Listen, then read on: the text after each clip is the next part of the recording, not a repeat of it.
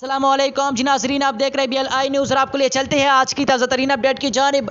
तालिबान का मुल्क छोड़ जाने वालों के घर किराए पर देने का फैसला।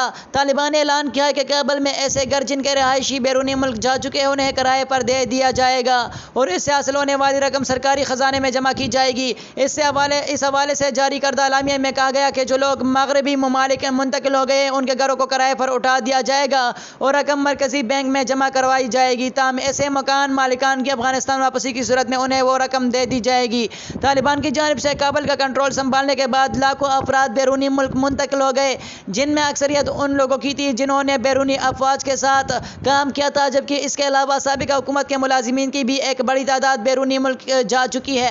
अफगानिस्तान के अबूरी वज़ीर आज़म ने एक और हिदायतनामा भी जारी किया जिसमें तालिबान जंगजुओं को निजी इमारतों को खाली करके सरकारी बशमूल फौजी रहायश में मुंतकिल होने का हुक्म दिया गया। मज़ीद इस तरह का इंफॉर्मेटिव और न्यूज़ अपडेट्स वीडियोस देखने के लिए हमारे यूट्यूब चैनल BLI न्यूज़ को जरूर सब्सक्राइब करें। अगर हमारी वीडियो आपको अच्छी लगे तो अपने दोस्तों के साथ जरूर शेयर करें। मिलते हैं किसी नई वीडियो में, तब तक के लिए अपने दोस्त अपने भाई तौसीफ अहमद को इजाज़त दीजिए।